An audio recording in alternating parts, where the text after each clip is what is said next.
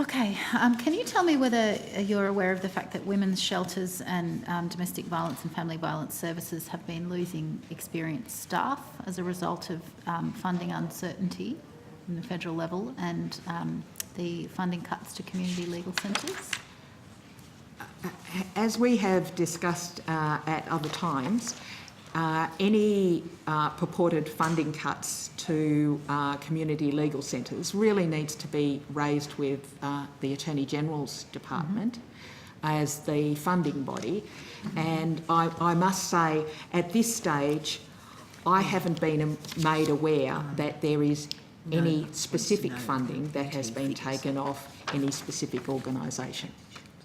Maybe I'll just rephrase that and give you a chance to clarify that remark. So given the changes to, given the abolition of NRAS, the Affordable Housing Scheme, given the changes to NPAR and that it's only being extended 12 monthly, even though it was a 5-year program originally, the information that we're receiving through other channels, namely a Senate inquiry from service providers, is that because they don't have funding certainty, they're losing staff because there's no job security. I was talking about the community legal centres. Okay, well, leaving that aside, because you've said that's not your bag, just on the homelessness and housing issues, and therefore the DV services in the housing sense, are you aware of the loss of experienced staff in those services? I can't say that I'm aware of the loss of experienced staff. I can say that, as I understand it, the government is considering the ongoing funding of NPAR and NAHA. It's my understanding. Sure, I'm sure they're considering the funding, but I'm... may well... Yes, we discussed this in Outcome 4. Yeah, sure. But I'm interested in the state of knowledge of the people responsible for implementing the plan. Yes. And just to confirm, you say you're not aware of the staff drain that's happening at the moment in DV shelters and other DV services? I'm certainly aware that there have been staff movements across a range of women's services for quite some time. And that has been changes at the state government level, changes that have been introduced in terms of their changed arrangements for how the services work. There's a whole heap of things that are happening. So that's obviously intensifying quite significantly in the last little while. Is that something that you would have expected to have been brought to your attention? Or is that not normally something you would be informed of? I think it would be. I think organisations, community organisations, individual staffing arrangements is not necessarily. An issue was raised with Deputy Secretary Felicity Hand over some of these issues. We don't necessarily know exactly, what staffing is. There's a broader picture about the part of the action plan and the role of the Commonwealth, which looks at more about outcomes. Our cooperation with the states, the connection that, as Ms Mackenzie said, with Attorney Generals and the array of that.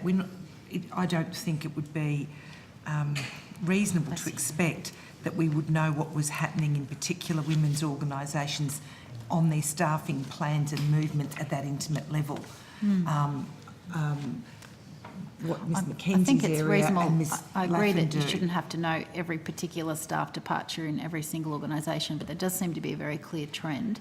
And given the plan is about outcomes, as you say, the ability to deliver those outcomes is being much reduced by the brain drain on those services. I'm actually quite alarmed that no one's brought that to your attention. Also, Senator, the Commonwealth doesn't actually fund the services. We provide well, you money do through NPAR.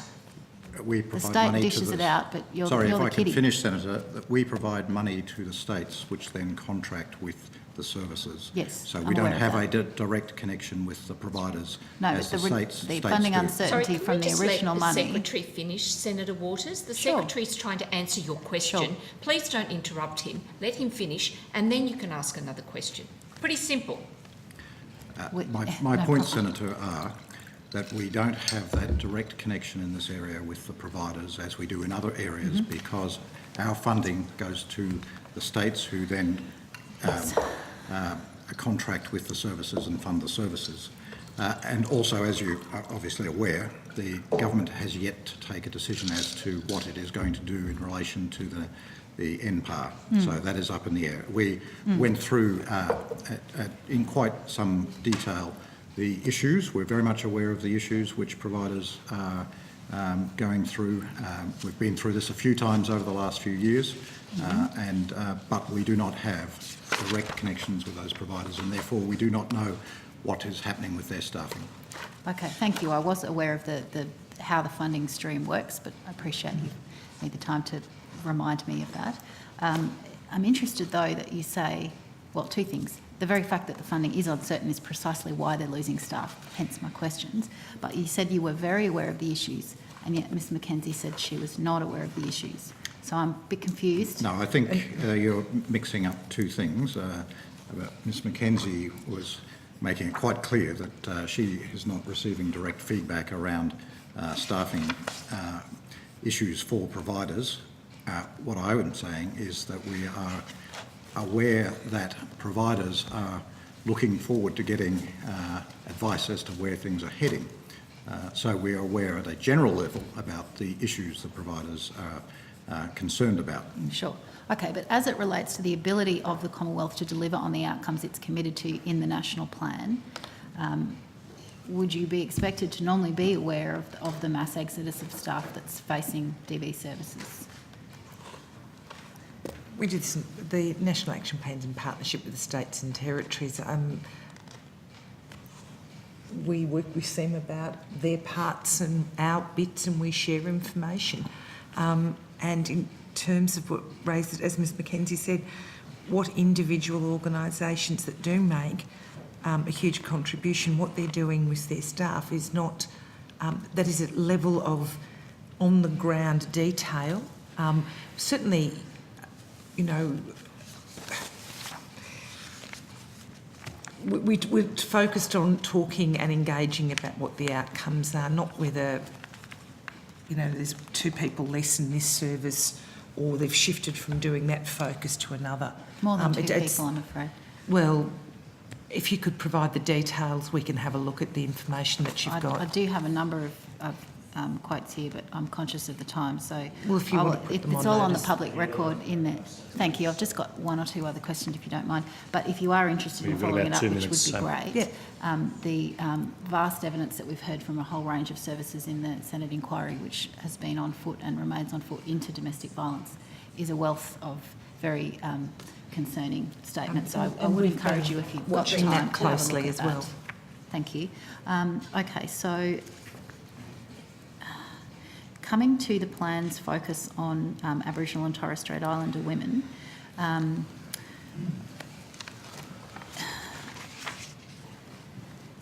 conscious that obviously the voices and perspectives of Aboriginal and Torres Strait Islander women need to be supported and listened to and reflected in that document. In terms of the advocacy and policy development and the involvement of Aboriginal and Torres Strait Islander women, can you provide, perhaps on notice or here, if you're able to, in short, how they are being involved in that process and what funding commitments go along with that? And in the context specifically of the funding uncertainty for the Family Violence Prevention Legal Service, which is currently seeking funds under the Indigenous Advancement Strategy, which we'll take up in cross-portfolio tomorrow, but that's the context of my question. Look, there are a range of things that DSS is engaged in, which are designed to assist Indigenous women who are experiencing violence, and one of those is the expansion of the primary care line on 1800 Respect. But the primary organisation responsible at the Commonwealth level for actions to prevent violence against Indigenous women is the Department of Prime Minister and Cabinet and the Indigenous area there. Sorry, I phrased my question very poorly, I acknowledge. I'm interested in whether your position is that Aboriginal and Torres Strait Islander women should be involved in advocacy and policy development as regards violence against women. We've certainly taken the attitude in the development of the National Plan and in the ongoing running and operation of the National Plan that involving women is a huge benefit to developing projects and deliverables that really work. So we would fully support the engagement of Indigenous women in projects and work. Okay, and how are you fully supporting that? Is there any money that goes along with As that? As I said, we have, if I could explain it just a little bit, one of the things that DSS has been particularly responsible for is the involvement of called women, so women from culturally and linguistically diverse backgrounds. So we have been out there talking to women, having what were called kitchen tables across Australia with called women, finding out what their views are. That has been our area of responsibility in terms of the 3 priority groups that were identified in the national plan, which was women with disability, and we are also talking to them. The Department of Prime Minister and Cabinet is the one that is taking forward the work with Indigenous women. Okay, so just if there's any funding commitment that goes along with that, or will I have to take that with PNC? Take it up with PNC. Thank you. Thanks, Chair.